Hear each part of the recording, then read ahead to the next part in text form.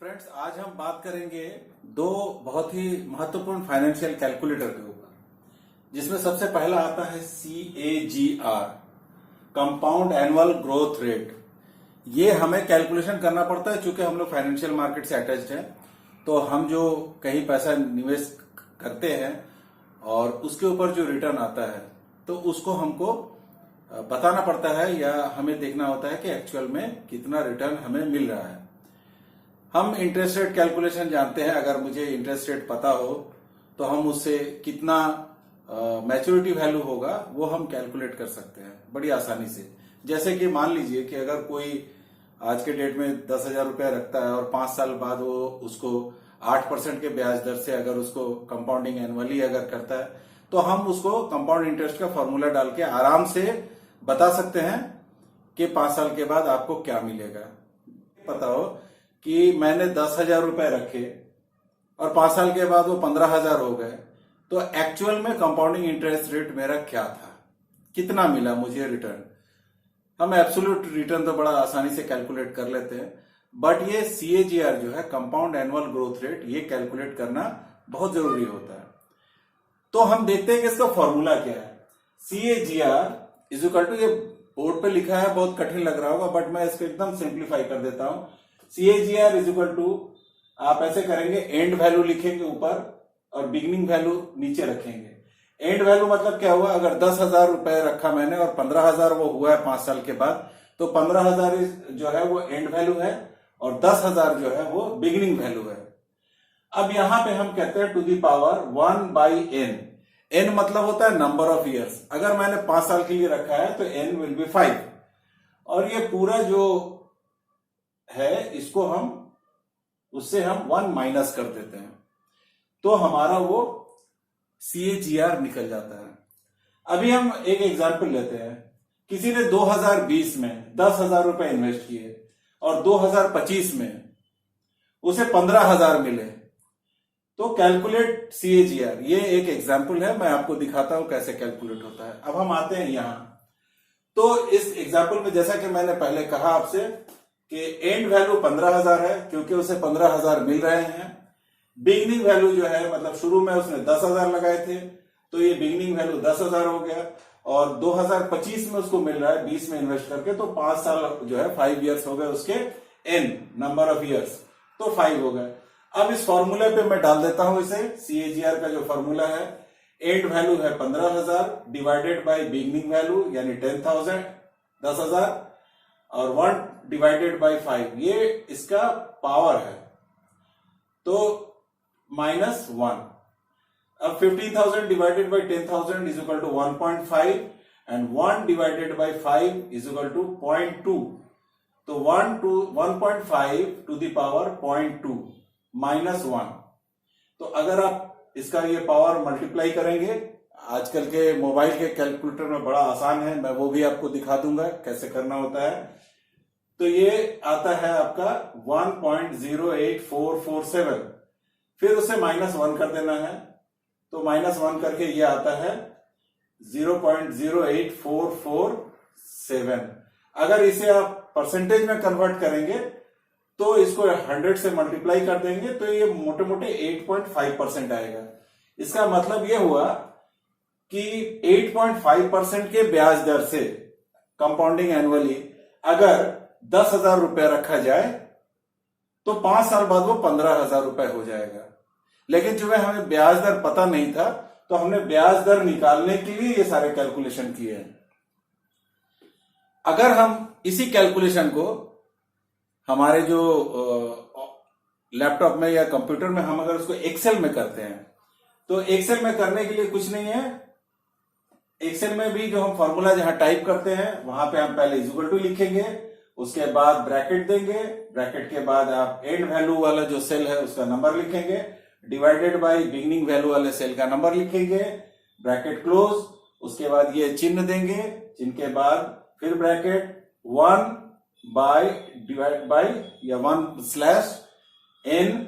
n मतलब कि n का जो कॉलम होगा, या आपके पास अगर वो है 1/5, अगर 5 इयर्स है तो आप यहां 5 डाल सकते हैं, ब्रैकेट क्लोज -1। बस 1 मिनट में आप कैलकुलेशन कर सकते हैं। तो साथियों, हमने ये देखा कि CAGR कैसे कैलकुलेट किया जाता है और इसका महत्व क्या है।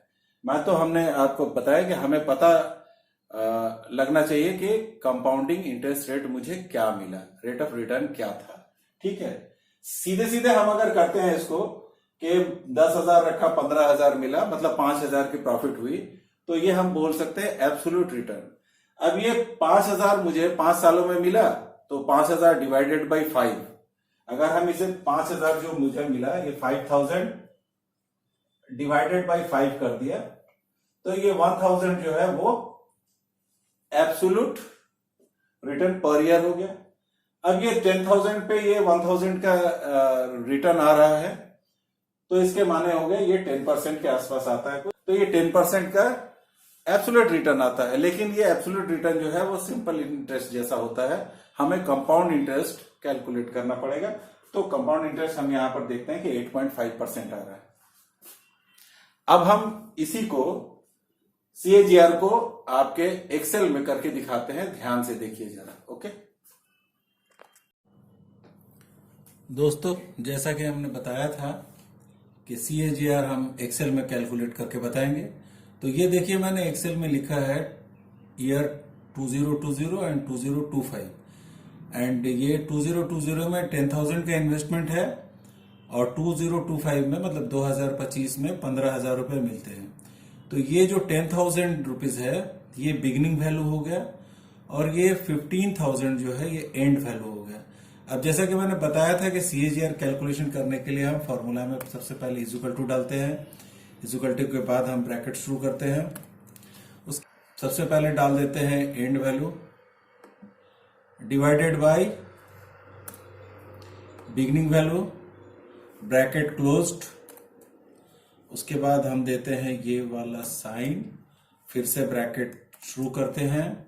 यहां हम डालते हैं 1 डिवाइडेड बाय टर्म 5 है, तो मैं यहां पे 5 भी डाल सकता हूं। उसके बाद मैंने ब्रैकेट को क्लोज कर दिया और इस पूरे से -1 कर दिया। अब अगर हम एंटर करते हैं ये 0.08447171771 ये जो है, इसको अगर हम परसेंट में निकालेंगे, अगर हम इसको हम परसेंट में क्लिक कर देते हैं, यहां से परसेंट सिलेक्ट कर लेते हैं, तो ये 8% आता है। लेकिन ये राउंड फिगर है, अगर हम इसमें 0 बढ़ा देते हैं तो ये 8.45 आता है। तो this is the CAGR for 15,000 beginning value, end value, and 10,000 is the beginning value for 5 years. This is the compound annual growth rate. Thank you. तो दोस्तों, हमने CAGR कैलकुलेशन देखा कि CAGR क्या होता है और CAGR कैलकुलेशन हम कंप्यूटर में एक्सेल में कैसे कर सकते हैं, ये आपने सीखा। अब हम देखते हैं कि IRR क्या है, internal rate of return. CAGR में हमने देखा था कि एक पेमेंट और एक विड्रॉल, मतलब कि 10,000 रुपए हमने रखा था और 15,000 निकाल लिया, the single deposit single withdrawal या पेमेंट।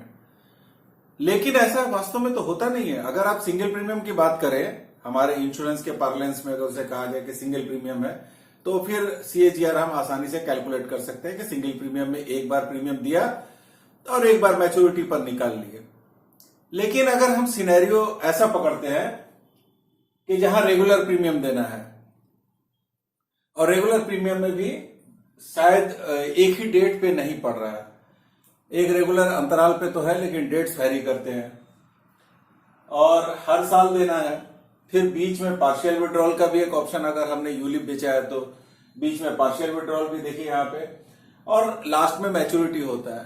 तो यहाँ पे हम अगर CAGR का कोई फॉर्मूला यहां डालना चाहे तो ये पॉसिबल नहीं है कि हम उसका ये CAGR से इसका कैलकुलेशन कर ले। तो इसके लिए जो फॉर्मूला हम यूज करते हैं, फॉर्मूला बड़ा ही जटिल है, ये आप देख सकते हैं। ये फॉर्मूला मैं इसके डिटेल्स में नहीं जाऊंगा, मैं आपको IRR एक्सेल में, कंप्यूटर के एक्सेल में कैसे कैलकुलेट करते हैं सिर्फ मैं वो बता दूंगा आपको। लेकिन उससे पहले आप यहां पर ये जानिए कि यहाँ पे हो क्या रहा है।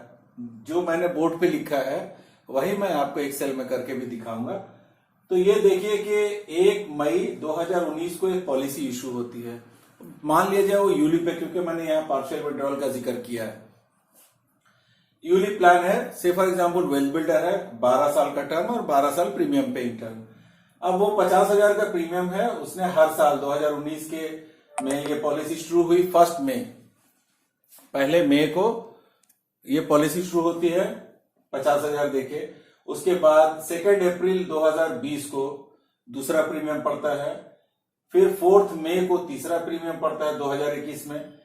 ऐसे करके हर अलग अलग डेट में अलग अलग साल। आप 2024 में देखिए 2 अप्रैल 2024 को ये प्रीमियम 50,000 का पड़ता है और 2 जून 2024 को 40,000 का ये पार्शियल विड्रॉल होता है। तो मैंने पार्शियल विड्रॉल का भी जानबूझकर जिक्र किया है। उसके बाद ये देखिए फिर से ये रेगुलर पेमेंट्स हुए हैं और ये मैच्योरिटी अमाउंट 10 लाख रुपए का मैच्योरिटी राशि होता है। अब अगर हम इसका एक्चुअल रेट ऑफ रिटर्न हम कैलकुलेशन करेंगे तो इसके लिए हमें internal rate of return calculation करना होगा, IRR करना होगा। यहां पे आपका CAGR काम नहीं करेगा। CAGR मैं फिर बोल रहा हूं आपको कि एक बार आप अगर पैसा डालते हैं और एक ही बार निकालते हैं तो आप CAGR कैलकुलेशन कर सकते हैं, लेकिन इसमें CAGR कैलकुलेशन करना पॉसिबल नहीं है, इसलिए हम यहां पे IRR कैलकुलेशन करते हैं। तो आइए अब हम दिखाते हैं कि एक्सेल में IRR कैसे कैलकुलेशन करते हैं। तो दोस्तों हम लोग अब चलते हैं IRR मतलब internal rate of return calculation कैसे करते हैं एक्सेल के मदद से। तो एक्सेल के मदद से जब हम IRR निकालते हैं तो उसे हम XIRR कहते हैं। X डिनोट्स फॉर एक्सटेंडेड या एक्सेल, जो भी आप कह सकते हैं, और IRR इज IRR। तो हम इसका यहां पे आप देखिए कि ये डेट्स है, डिफरेंट डेट्स है दिए हुए। इस डेट्स में माइनस करके जो अमाउंट लिखा हुआ है, जैसे -50,000, इसको प्रीमियम मान लीजिए कि ये हर साल प्रीमियम दिया गया है। ये मान लीजिए कि एक वेल्थ बिल्डर प्लान है जिसमें कि 12 साल का टर्म है और 12 साल प्रीमियम दिए गए हैं। तो 2019 से लेकर के ये 2031 तक प्रीमियम दिए गए हैं 12 साल, एंड 1 मई 2031 को 12 साल पूरे होते हैं तो उसमें उसे पेमेंट मिलता है। अब बीच में एक जो पीला वाला जो देख रहे हैं 40,000 40,000, इसमें माइनस का साइन इसलिए नहीं है कि ये पार्शियल विड्रॉल है। तो जो पेमेंट मिलता है हमें वो नेगेटिव नहीं होता है, वो पॉजिटिव होता है, और जो हमारे पास से जाता है उसको हम नेगेटिव साइन करके रखते हैं। तो यहाँ पे 50,000 करके यहाँ देखिए 2024 में क्या हुआ है।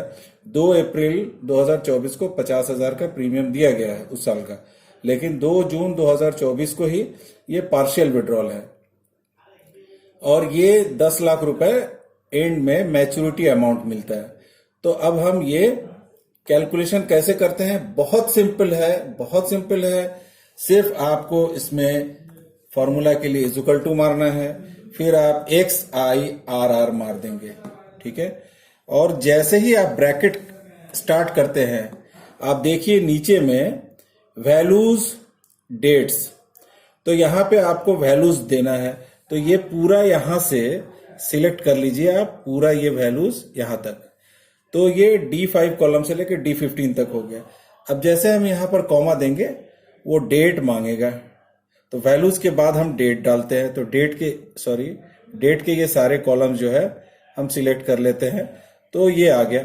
अब हम अगर ब्रैकेट को क्लोज कर देंगे और एंटर कर देंगे तो ये आ गया 0.09। अब इसे हमें परसेंट में दिखाना है, तो हम इसको सिंपली यहां पे परसेंट का साइन है, इस कॉलम को सिलेक्ट करके, इस सेल को सिलेक्ट करके हम यहां पे परसेंट का साइन ले लेते हैं। ये 9% आया, राउंड फिगर है ये। हमें इसे डिसिमल पॉइंट में देना है, तो मैंने 2 डिसिमल पॉइंट तक का दिखाया है। थोड़ा और इसको वाइट कर देते हैं, तो ये 8.55 आ गया। तो ये इस पेमेंट्स का और पे आउट्स का, ये जो हम अगर IRR निकालें तो ये 8.55 आता है।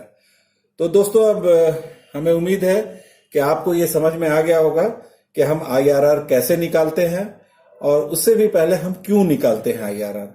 अब ये जो रिटर्न मिला इसमें एक बार 40,000 का अमाउंट है और एक बार 10 लाख का अमाउंट है, यानी 10,40,000 का टोटल पे आउट है और प्रीमियम जो दिया गया है वो 12 साल 50,000 करके मतलब 6 लाख दिया गया है। तो 6 लाख देकर 10,40,000 दिया गया। अगर हम इसे सीधे सीधे कैलकुलेशन करेंगे कि 6 लाख देके 10,40,000 आया है तो हम देखेंगे कि 4,40,000 का मुनाफा है। लेकिन ये 4,40,000 रुपए पर अगर हम सीधा सीधी टोटल पे आउट से अगर करते हैं तो वो एब्सोल्यूट रिटर्न आता है, वो इंटरनल रेट ऑफ रिटर्न नहीं आता है। तो दोस्तों ऐसे ही और वीडियो के लिए आप वेट कीजिए, हम आगे और भी आपको ऐसे वीडियोस कैलकुलेशंस बताते रहेंगे। धन्यवाद।